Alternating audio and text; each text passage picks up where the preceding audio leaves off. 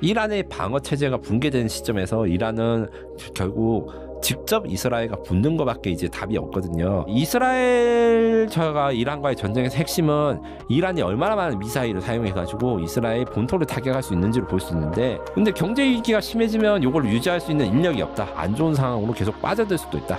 이렇게 생각이 듭니다. 또 시진핑 같은 경우에는 지금 현재 양안 전쟁을 준비하고 있는 게 거의 확실해 보여요. 군함들이 따로따로 배치된 다음에 어느 쪽에서 대만이 공격하는지 모를 정도로 다방향으로 공격할 수 있게 연습을 하는 거예요. 그래서 이런 것들을 평상시 전쟁이 나기 전에 계속 진행함으로써 대만의 평상시를 고립시킬 수 있다.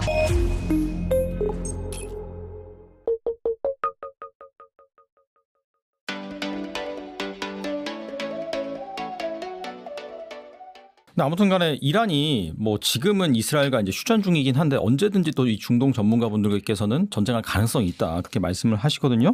근데 이번 내부 혼란 사태가 이란의 국방력에 미친 영향은 무엇인지, 과연 이란은 이스라엘과 전쟁에 잘 대비할 수 있을까요? 이번 시기가 되기 전에 저는 사실 2026년에 이란과 이스라엘이 다시 전쟁을 할 수도 있다. 이게 매우 우려스럽게 생각했어요. 왜냐하면 이란의 방어 체제가 붕괴된 시점에서 이란은 결국 직접 이스라엘과 붙는 것밖에 이제 답이 없거든요. 오른쪽에 제가 이제 나온 그림이 뭐냐면 이란의 방어 전략을 설명한 건데, 이 세 가지 축은 이란이 이스라엘과의 전쟁한 전략이에요. 전방 방어라고 할 수 있는데, 쉽게 말해가지고 이란이 스스로 나서기보다는 이스라엘 주변의 나라들을 이란이 지원해 줌으로써 이스라엘을 괴롭히고 요걸로 이스라엘이 이란을 공격하지 않고 이제 신경을 분산시키는 용도인데, 2024년 5년 2년 동안 이스라엘이 전쟁을 너무 많이 하다 보니까 시리아, 헤즈볼라, 하마스 다 괴멸된 상태입니다.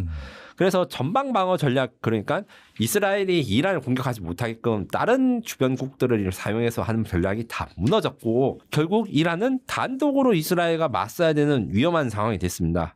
이 결론 같은 경우에는 이제 결국 이란과 이제 이스라엘이 공식으로 붙게 되면 이란이 굉장히 위험한 사태가 됐는데, 또 지난해 그 이란과 이스라엘 핵시설 폭격, 그다음 미국이 이제 이란 시설 폭격한 거와 관련해 가지고 이란은 그 전쟁 수행 능력이라든가 이런 데 많은 의문이 있었어요. 지금 오른쪽에서 트는 거는 이란의 그 자랑하는 미사일 시티라는 겁니다. 미사일 시티가 뭐냐면 지하에 땅굴을 파놓고, 지금 여기 보이는 게 다 미사일이거든요. 미사일을 몇백 발, 몇천 발 숨겨놔서 이란은 이스라엘이 아무리 공격해도 우리가 이걸 사용해서 반격할 수 있다, 이런 걸 자랑을 많이 했었단 말이에요. 그런데 이제 문제는 이런 거 유지하려면 돈이 굉장히 많이 듭니다.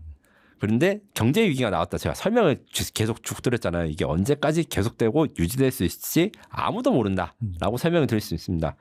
그래서 이제 이스라엘과 이란과의 전쟁에서 핵심은 이란이 얼마나 많은 미사일을 사용해가지고 이스라엘 본토를 타격할 수 있는지를 볼 수 있는데, 이게 2,000기 정도라고 아직 이야기를 해서 이게 어느 수준이냐면 그 러시아, 미국, 중국 다음에 한국과 비슷하거나 약간 작은 수준이에요. 대한민국 수치를 제가 잘 말씀을 못 드리는데, 그래서 세계 한 4위, 5위 정도 되는 미사일 보유량을 아직도 가지고 있어서 위협적이다, 이렇게 말씀을 할 수 있는데, 근데 경제 위기가 심해지면 이걸 유지할 수 있는 인력이 없다. 그리고 작년 전쟁에서 이제 이런 이스라엘 미사일 방어 시스템이 뭐 몇 개는 많이 떨어지긴 했는데, 어쨌든 이스라엘 사람들이 대량으로 사망하고 이런 사태를 막았단 말이죠. 이런 거 생각하면 이제 2,000기로는 부족한 거 아니야? 이런 이야기가 많이 있습니다. 그래서 지금 현재 상황으로는 경제 위기의 직접적인 원인 때문에 이스라엘과 이란의 전쟁을 시도할 수 없고, 반대로 이제 이스라엘 입장에서는 이란을 지금 공격하는 게 적기인가, 이렇게 생각할 수는 있습니다. 다만 트럼프 행정부가 그 이란 핵시설 공격한 의미는 단순히 이란에 대한 메시지뿐만 아니라 이스라엘에게도 메시지가 있다, 이렇게 생각을 해야 돼요. 전쟁을 하지 말라. 선제 타격을 할 수 있을까? 트럼프가 이제 이렇게까지 하는데 라는 게 좀 의문이죠. 또한 이란과 적대적인 이슬람 국가인 사우디와 UAE, 예멘 문제가 시끄러운데, 예멘 내전과 이란의 그 사회 불안, 그리고 사우디와 UAE 간 적대 관계는 어느 정도인지, 이 전쟁 가능성 어떻게 보시나요? 예, 요 같은 경우에는 이제 나중에 사람들 관심이 또 생기면 제가 다룰 수 있을지도 모르겠는데, 이란은 이스라엘만 적으로 두는 게 아닙니다. 사우디아라비아, 아랍에미레이트도 적으로 둬서 이제 아랍에미레이트가 이란의 주적이다, 이렇게 말씀하시는 분도 있었는데 요까지는 아니었고, 그래서 사우디는 진짜 이란의 확실한 주적이었거든요. 그래서 이란 입장에서는 이스라엘과 사우디 둘 다를 적으로 맞춰야 되는 상황에서 한 축, 그러니까 자기 저항의 한 축인 사우디랑 아랍에미레이트가 서로 지금 싸우고 있습니다. 결국 그나마 지금까지 이란한테 안 좋은 소식만 계속 이야기를 했는데 마지막으로 이게 이란한테는 좋은 소식이에요. 자기를 적대 국가들이 스스로 알아서 싸우고 있으니까. 상황을 설명드리겠습니다. 이 사우디아라비아 밑에 홍해 쪽에 있는 예멘 같은 경우에는 남예멘과 북예멘이 통일되다가 다시 분리되고 내전을 오래 겪고 있어요. 근데 문제는 원래는 정말 혈맹이라 할 수 있는 사우디아라비아랑 아랍에미레이트가 이 예멘 문제에서는 갈등을 많이 겪고 있다는 것이죠. 그래서 이란이 후티 반군으로 해서 이게 예멘의 전토를 장악하고 있는데 이 와중에 사우디아라비아는 정부군, 그러니까 북예멘군을 이제 지원하고 있고 아랍에미레이트는 남예멘군, 과거 남예멘 분리 독립했던 세력을 지원하고 있어서 예멘에서는 삼국지 같은 전쟁이 지금 10년 넘게 이어지고 있는 상황입니다. 그래서 지금까지는 정부군과 남부 과도위원회, 그러니까 사우디랑 UAE가 각각 이란이 지원하는 후티 반군을 계속 공격하고 싸우는데 동조를 했어요. 근데 남예멘과 북예멘이 지금 싸운 거예요. 그러니까 삼국지를 하다가 갑자기 이제 5월 동조를 했는데 5월 동조가 깨졌다. 이렇게 생각하시면 됩니다. 12월 30일 무칼라 항구 사건이 이 대표적인데 이게 무슨 이야기냐면 제가 아랍에미레이트는 그 남부 과도위원회 남예멘을 지원한다고 말씀드렸고 사우디는 북예멘을 지원한다고 말씀드렸잖아요. 그래서 남예멘으로 들어갈 아랍에미레이트의 군수 물자, 뭐 지금 이제 영상에 나오면 이제 픽업 트럭에다가 미사일이라든가 기관총 단 거 이런 것들을 실은 배가 아랍에미레이트에서 출발해서 이 무칼라 항구에 정박했는데 사우디아라비아 공군이 이걸 폭격을 해가지고 수십 명이 죽거나 다치고 민간인 피해도 많았어요. 그러면서 아랍에미레이트는 남예멘을 지원하지 마라, 이렇게 사우디아라비아가 공개적으로 이야기를 했거든요. 지금 현재 이 폭격 사건이 있고 사우디아라비아랑 아랍에미레이트는 지금 1월 2일 기준으로 일단 협상을 해서 알았다, 우리 안 싸우겠다, 뭐 이렇게 한 것 같긴 한데 이게 굉장히 중요한 사건으로 번질 수가 있습니다. 왜냐하면 사우디랑 아랍에미레이트가 충돌한다면 결국 살아남은 건 이란일 수밖에 없거든요. 그리고 사우디랑 아랍에미레이트는 둘 다 트럼프 정부가 굉장히 공을 들이고 있는 중동 내 파트너고 얘들이 이란을 적으로 가지고 있고 이스라엘도 이란의 적, 그러니까 세 개 나라가 다 이란을 공동의 적으로 설정하고 있기 때문에 트럼프가 이란에 대해서 폭격도 하고 그다음에 중동 평화를 위해서 협상 이런 것도 다 적이 있으니까 우리끼리 뭉치자 이런 건데 지금 이스라엘과 사우디가 싸우는 것도 아니고 아랍에미레이트랑 사우디가 싸우는 거니까 이게 상황이 미국 입장에서는 굉장히 심각할 것입니다. 그래서 유일하게 지금 이란의 지금 전쟁 위협을 피할 수 있는 요소는 이거 하나라고 볼 수 있는데 다만 이 사건이 어떻게 진행되느냐에 따라서 거꾸로 예멘 문제가 빨리 진압되면 또 예멘에 지원하고 있는 이란의 그 후티 반군 이게 더 위험해질 수도 있다. 이런 이야기를 말씀드릴 수 있습니다. 이번에 중국과 양안 전쟁 이슈 관련 살펴보겠는데 최근에 이 미국 국방부가 2025년 중국 군사력 보고서 이걸 이제 발표를 했는데 중국이 상륙 작전을 포함한 대만 직접 침공을 현실적인 그런 선택지로 검토하고 있으며 2027년을 하나의 목표 시점으로 설정했다, 그렇게 밝혔습니다. 이를 중국의 현재 군사 준비 수준과 여건을 고려했을 때 현실적으로 이 가능한 시나리오라고 보시는지 궁금하네요. 네, 저는 작년 초까지만 해도 2027년에 당장 이제 전쟁을 중국이 할 것인가 여기에 대해서 많이 의구심을 가졌다가 이제 이철 박사님 저희 채널에 많이 출연해서 이철 박사님 말씀도 많이 듣고 대만에 직접 작년에 또 갔다 오면서 대만 전문가랑 이야기를 했을 때 위협이 현실화됐다라는 걸 지금 몸으로 느끼고 있습니다. 미국 역시 마찬가지라서 2027년의 대만 침공 시나리오가 과거보다 더 훨씬 더 높다. 그러니까 고도로 현실적인 시나리오다. 2027년에 중국이 대만을 침공할 수 있다. 가능성을 매우 높게 본다는 게 이 보고서의 핵심입니다. 이것은 중국의 능력이 확장되어서 그런 건데 지금 1,500캐리, 2,000캐리 중국의 중심으로서 이제 그 선을 꺼가지고 이 영역을 했는데 과거에는 그러니까 대만과 중국 사이 요 정도 해벽 그러니까 한 100캐리 정도의 해안만 완벽하게 장악할 수 있다면 현재는 1,500캐리 그러니까 도쿄까지 타격할 수 있는 충분한 양의 미사일과 각종 타격 수단이 있고 가까운 미래 괌까지 이제 자신의 해군력을 전개할 수 있는 수준으로 중국의 군사적 능력이 늘어나고 있다는 게 미국의 분석입니다. 그래서 2024년에 지금 제가 줄 건가 보면 1,500캐리 이렇게 줄이 꺼져 있는 게 이게 무슨 말이냐면 대만과의 전쟁이 났을 때 필요한 무기라든가 전략 같은 게 이미 2024년에 완료되었다. 라는 평가를 미국이 내리고 있고 항만 봉쇄 그러니까 대만의 항만을 봉쇄하거나 해안을 타격하는 능력이나 훈련을 계속해서 지금 진행하고 있는데 이게 완성이 된 상태에서 유지를 하기 위해 연습하는 것이지 없는 능력을 새로 개발하는 게 아니다. 이 정도로 평가를 하고 있고 중국이 그러면 지금 연습하는 거는 2,500해리에서 더 벗어나서 2,000해리 그러니까 태평양 서쪽 전체를 거의 장악할 수 있을 해군력을 지금 키우고 있는 것이 아닌가. 그래서 미국의 증원을 완전 차단하는 것에 대해서 지금 능력이 올라가고 있어서 미국 해군이 이것에 대해서 대응해야 되고 그다음에 동맹국 그러니까 한국, 일본, 필리핀 그다음에 호주까지 이게 연합을 해가지고 대응해야 된다는 게 이 보고서의 내용입니다. 또 시진핑 같은 경우에는 지금 현재 그 양안 전쟁을 준비하고 있는 게 거의 확실해 보여요. 어제 신년사에서 거의 양안전 그 대만 통일이 거의 확실한 것처럼 이야기를 해서 제가 깜짝 놀랐는데 저는 이제 여기에 대해서 중국에 대해서만 생각하는 게 아니라 중국 이야기를 가끔 듣다가 깜짝 놀란 게 뭐냐면 2026년, 5년, 4년 점점 시진핑 주석의 그 신년사가 대만 통일에 대한 내용이 하고 싶다, 할 수 있다, 이미 이제 거의 사실상 완성되었다. 뭐 이 정도로 점점 높아지고 있어서 기정사실화를 하고 있습니다. 그래서 시진핑 주석의 이제 그 군 건설 이념의 핵심 목표 연도라고 제가 PT에 썼는데 기본적으로 2027년에 대해서 침공 이야기를 한 게 사실은 미국 전문가들이 먼저 했어요. 그 2023년 4년부터 미국 해군에서 2027년 대만 침공설을 주장했는데 이게 다 근거가 있었던 것이죠. 내부적으로 이런 중국 내부의 타임라인으로 2027년에 공격을 할 것이다.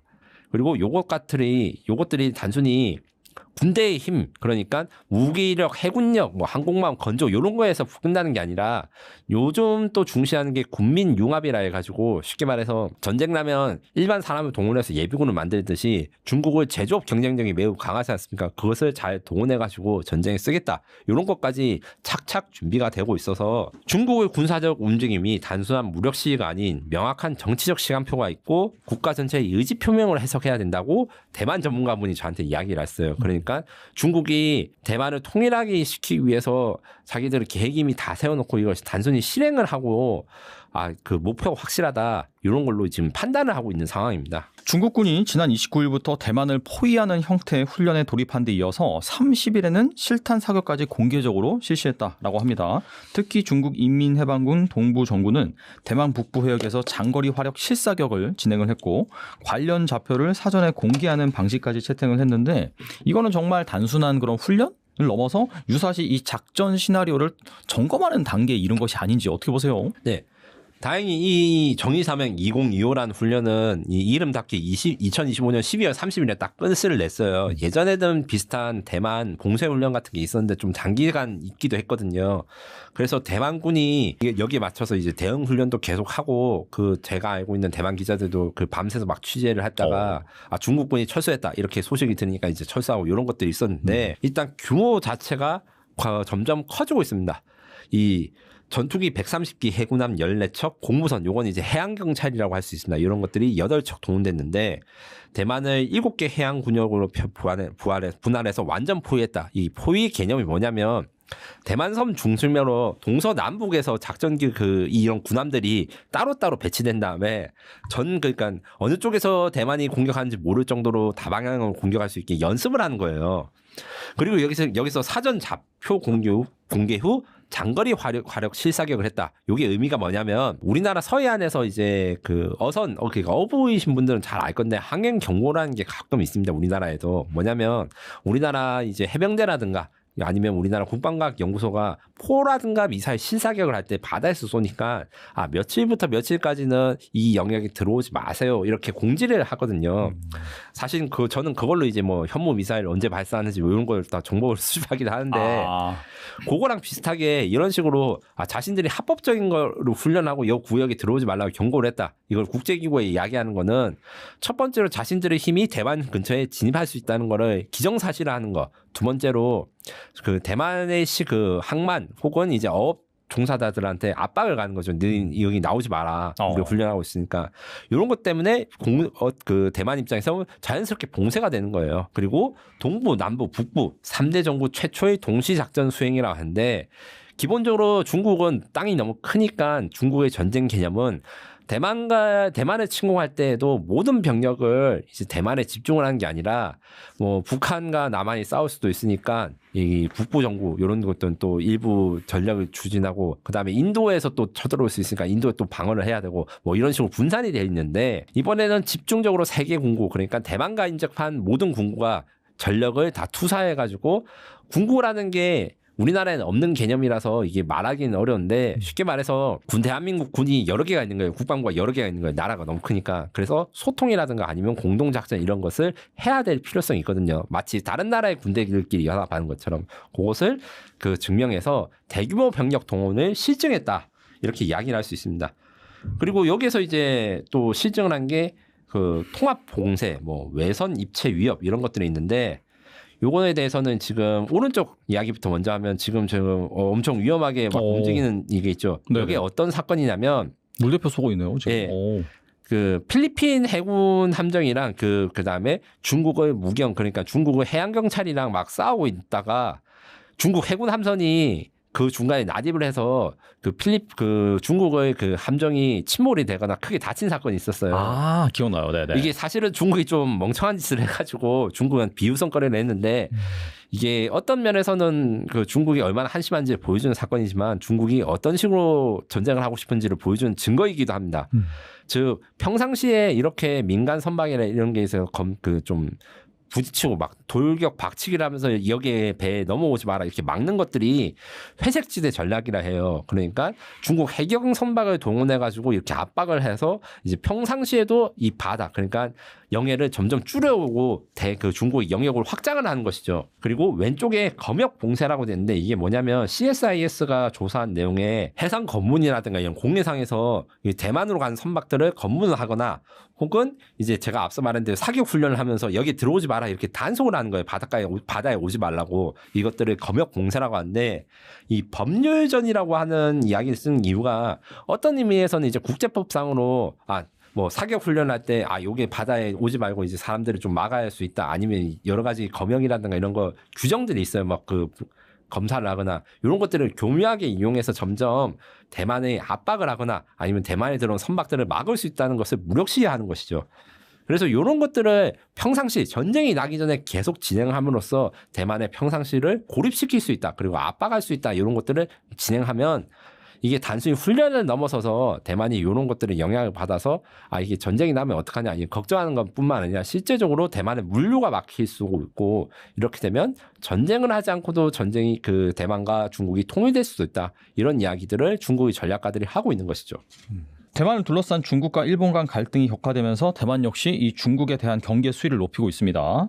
라이친더 총통은 약 400억 달러 규모의 추가 국방 예산 편성 방침을 밝히기도 했는데 현재 이 대만의 국방력 수준은 어느 정도이며 전력 구성은 어떻게 평가할 수 있을까요? 결론적으로 대만은 스스로가 지키는 방법을 잘 알고 있으나 이게 진행이 쉽지 않은 상황이고 지금까지 쌓아뒀던 여러 문제가 터지고 있어서 좀 어렵다 이렇게 정리할 수 있습니다. 라이칭더 총통이 저번에 제가 한번 말씀드린 T돔이라는 것을 만들려고 하고 있어요. T돔은 이 그림에서 보는 것처럼 대만 영토를 막아내는 그 방어막을 3중으로 건설하겠다 이건데 고고도에서는 이제 창궁이라는 미사일 그러니까 그 대만판 사드라고 할 수 있는 미사일로 1차 요격을 하고 중고도에서는 천궁3 우리나라랑 이제 한자로는 같은데 티엔콩이라 합니다. 네, 티엔콩3 미사일이라든가 아니면 패트리어트 미사일을 사용해가지고 이제 2차적으로 오는 걸 요격한다. 이 중에서도 패트리어트 미사일 같은 경우에는 대한민국보다 많이 구매를 하려고 지금 노력하고 있대요. 거의 전 세계 2위 수준으로. 왜냐하면 우크라이나 전쟁에서 이 패트리어트 미사일이 우크라이나 수도 키예프를 방어하는데 많이 도움을 주고 요걸 보고 난 다음에 대만도 따라하는 거죠. 요걸로 2차 방어막.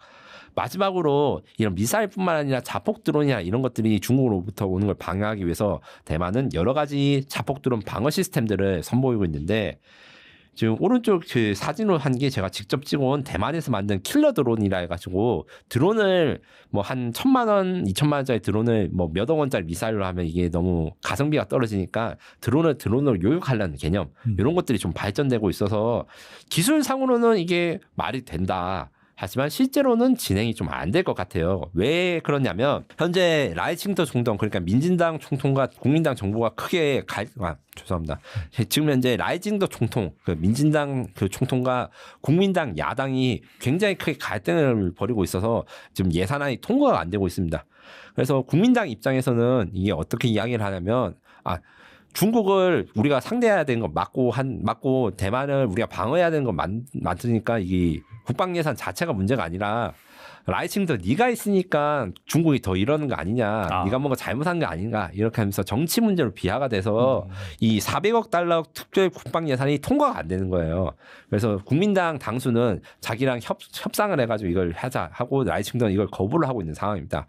이게 교차가 되면 앞으로 어떻게 될지 좀 궁금하긴 한데 제가 보기에는 대만 정치도 사실 그렇게 막 선진적이진 않아서 결국에는 최악의 경우 이 티돔은 계획만 세워지고 훨씬 더 못한 게 세워질 수도 있습니다. 왜냐하면 이게 전력 불균형이 좀 심하고 인력도 모자라고 그다음에 에너지 안보 부족하다. 이런 것들이 있기 때문에 대만이 요거를 극복할 가능성이 매우 낮아요. 물론 대만의 그 티돔이 있지 않더라도 그 대만이 자랑하는 TSMC 항상 이제 거의 이번에 뭐 몇 조를 도대체 남겨놓을지 모른다는 그 대만의 반도체 산업이 매우 미국한테 중요하므로 미국이 이걸 도와줄 수밖에 없을 것이다. 이런 의견이 있지만 그렇다고 하기에는 또 트럼프 정부가 계속 이상해요. 지금 일본에 대해서 이제 중국 압박을 하는 데 대해서 뭐 도와주지도 않고 대만과 중국의 무역 협상이 끝나지 않았다고 제가 몇 달 전에 한번 말씀을 드렸는데 아직도 안 끝났습니다. 그러네요, 진짜. 네. 사람들이 이게 우리나라 일이 아니라 가지고 넘어가고 있는데 미국이 너무 이상해요. 대만에 대해서 지금 110억 달러 무기를 판매해 가지고 중국이 반발을 하고 있는데 이 내용도 사실 따지고 보면 대만이 달라고 하는 건 잘 안 주고 있거든요. 여기 쓴 게 F-16V 도입 등 첨단 무기 구매 지속된다 이렇게 말씀을 드렸는데 이 F-16V가 지금 인도가 3년 이상 늦어지고 있어서 첫 비행이 지금 그저께 일어났는데 미국에서 있어요. 아직 대만으로 넘어오지 못하고 있습니다. 그래서 대만 사람들이 그거 취재하려고 지금 미국 가서 사진 찍고 이러는데 인도가 늦어지고 있고 이러니까 2027년에 당장 중국이 쳐들어온다는데 하루라도 빨리 무기를 줘야 되는데 미국이 안 준다. 여기다가 LNG 재고라든가 핵심 에너지 재고가 부족하고 그다음에 전력 불균형하다. 이런 식 때문에 대만의 그 계획은 나름 합리적이고 된다면 이제 가능성 중국을 상당히 막을 수 있으나 여러 가지 조건들이 이 실행을 막고 있다라고 정리할 수 있습니다.